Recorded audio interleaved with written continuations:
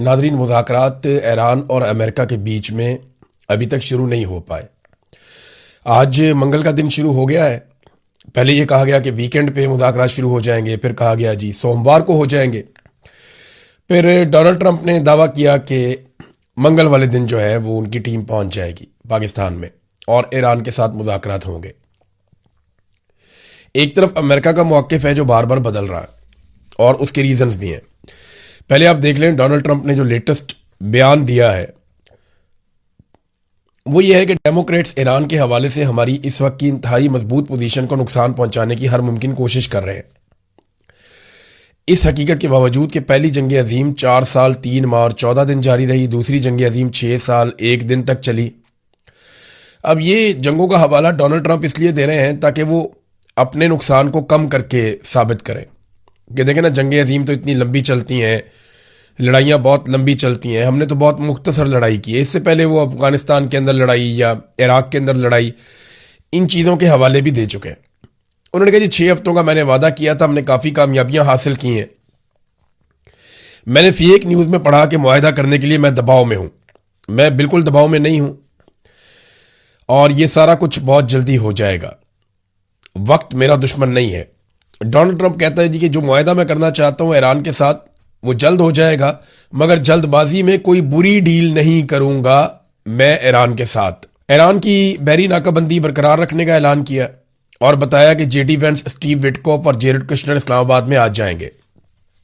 अब मंगल का दिन है, जेडी वेंस कहां पे हैं उनके बारे में खबर आती है अमेरिका से, और खबर यह बताती है कि जेडी वेंस का तैयारा भी तैयार है और वो सिर्फ इंतजार कर रहे हैं कि किस वक्त तेहरान की जानिब से इशारा मिले और ईरान के इशारे के बाद वो रवाना हो जाएं पाकिस्तान, इस्लामाबाद की जानिब, और जाकर मुज़ाकरात का हिस्सा बन जाएं।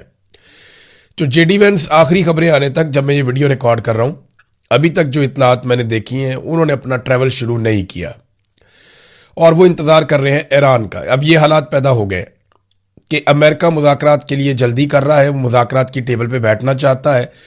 ईरान को कोई जल्दी नहीं है मुज़ाकरात की टेबल पे आने के लिए।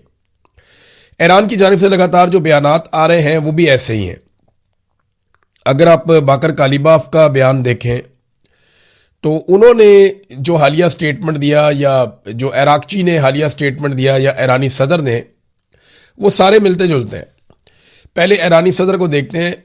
ईरानी सदर ने कहा कि ईरान और अमेरिका के दरमियान मुज़ाकरात के मुमकिना दूसरे दौर से कबल ईरानी सदर ने यह कहा कि ईरान कभी ताकत के आगे सर नहीं झुकाएगा, ईरानी कभी नहीं झुकेंगे। उन्होंने कहा कि ईरान में अमरीकी हुकूमत के हवाले से गहरा तारीखी अदम एतमाद पाया जाता है जो अभी भी मौजूद है, हम उन पर भरोसा नहीं कर सकते।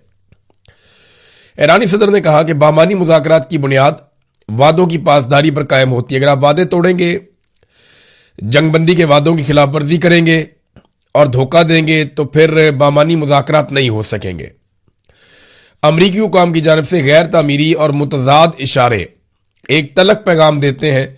वो ईरान के हथियार डालने के ख्वाहिशमंद है कि ईरान अपने हथियार फेंक दे। इराकची ने एक और बड़ी इंपॉर्टेंट बात की है, जो वजीर खारजा है अब्बास इराकची।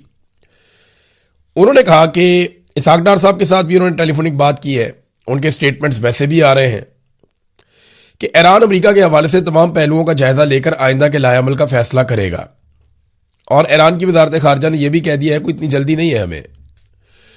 उन्होंने कहा कि अभी हमारे पास कुछ ऐसा नहीं है जिस पे जाके हम अमेरिका के साथ मुज़ाकरात करें। और रीज़न वो ये बताते हैं कि एक तो जो नाकाबंदी की गई है पूरे खित्ते की, आबना हुर्मुज़ की चारों तरफ से अमेरिका की जानिब से, वो कहते हैं जी वो काबिल कबूल नहीं है। ये जो नेवल एक ब्लॉकेज डोनाल्ड ट्रंप ने लगाया है उसके ऊपर ईरान मजम्मत कर रहा है। वो कह रहे हैं जी इसकी मौजूदगी में ये जंगबंदी की खिलाफ वर्जी है, हम मुज़ाकरात आगे नहीं बढ़ा सकते। और ये बात फील्ड मार्शल आसिम मुनीर ने डोनाल्ड ट्रंप से बात करते हुए बता भी दी है और डोनाल्ड ट्रंप को यह मशवरा भी दिया गया। 2 मशवरे पाकिस्तान ने डोनाल्ड ट्रंप को दिए हैं।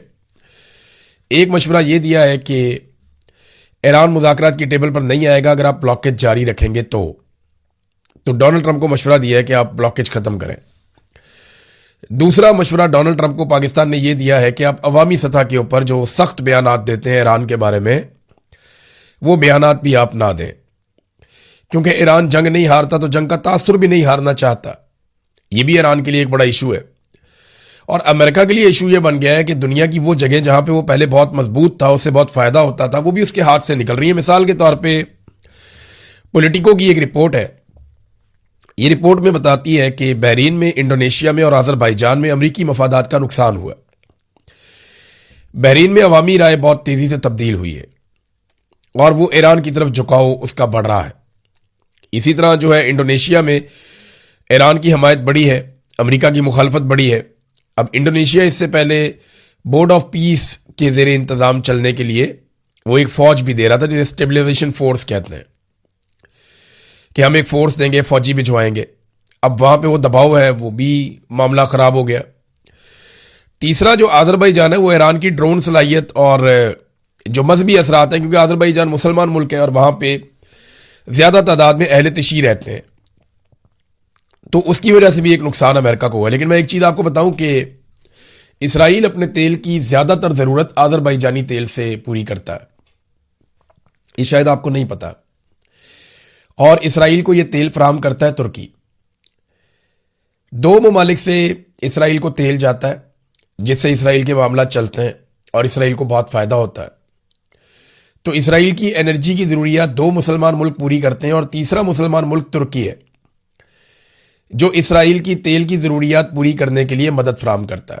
यानी चाहे वो बास्फोरस हो, चाहे वो तुर्की में से गुजरने वाली पाइपलाइन हो, कुछ भी हो, इसराइल की जो एनर्जी की जरूरियात हैं वो तुर्की के जरिए से पूरी होती हैं। तो तुर्की, आप देखते हैं अक्सर वो ज़बानी जमा खर्च चलता रहता है, इसराइल तुर्की के खिलाफ, तुर्की इसराइल के खिलाफ, लेकिन ये आपस में जंग नहीं करते। तुर्की की क़यादत इसराइल के खिलाफ सख्त तरीन बयानात दे के अपनी आवाम के अंदर मकबूल होती है। इसी तरह जो इसराइली क़यादत है वो तुर्की के खिलाफ सख्त तरीन बयानात देकर अपनी आवाम में मकबूल होते हैं। और दोनों आपस में लड़ते नहीं हैं, बल्कि एक दूसरे का मफाद भी देखते हैं। आप देखें ना कैसे वो जो पाइपलाइन है वो वहां से गुजरती है और तुर्की में से सारा तेल जाता है, गैस जाती है, जो इसराइल को चाहिए वो तुर्की में से गुजर कर मिलता है। एक फैक्ट था, मैंने कहा मैं आपके सामने रखता हूं। इसी तरह जो है वो एक और स्टेटमेंट भी है और वो कालीबाफ का है। वो कहते हैं जी आप, ये इस तरह नहीं होता कि आप जंगबंदी की खिलाफ वर्जियां करें और धमकियों के साए के अंदर मुज़ाकरात करें, तो हम धमकियों के साए में मुज़ाकरात नहीं करेंगे। ये अब ईरान का जवाब है। देखिए, इसमें एक चीज जो मुझे लगती है ना, ईरानी इस दफा बड़े सीरियस हैं और उन्हें लगता है कि अगर वो पाकिस्तान जाते हैं तो उन पे कोई हमला ना हो जाए। लास्ट टाइम के हवाले से भी ये बताया गया कि उन्होंने अपने बहुत सारे प्लान तब्दील किए थे। जब वो वापस गए तो वो अलग एयरपोर्ट पे उतरे और वहां से उन्होंने अलग तरीके से सफर किया। तो ईरानी ये खदशा उनको है कि हमारी क़यादत को निशाना बनाया जा सकता है, क्योंकि इससे पहले ईरानी क़यादत को बार बार निशाना बनाया गया। अमेरिकन को भी ये खदशा रहता है, लेकिन खित्ते में अमरीकी हथियार इतनी बड़ी मिकदार में मौजूद हैं कि उनका कंट्रोल खित्ते पे बेहतर है। लेकिन ईरान का कम से कम अपने मुल्क में और आबने हुर्मत में तो अच्छा कंट्रोल है। और ये छेड़ बनी हुई है डोनाल्ड ट्रंप के लिए कि आबने हुर्मत को कैसे खुलवाना है। डोनाल्ड ट्रंप जो है वो अमरीकी मीडिया के भी बहुत सख्त खिलाफ हो गया। डोनाल्ड ट्रंप ने कहा कि मैं एक जंग जीत रहा हूं, बहुत बड़े फर्क से जीत रहा हूं, हालात बहुत अच्छे जा रहे हैं, हमारी फौज ने शानदार कारकर्दगी दिखाई है। लेकिन अगर आप जाली खबरों को पढ़ें, जैसे कि द न्यूयॉर्क टाइम या बिल्कुल ही खराब और घटिया वॉल स्ट्रीट जर्नल,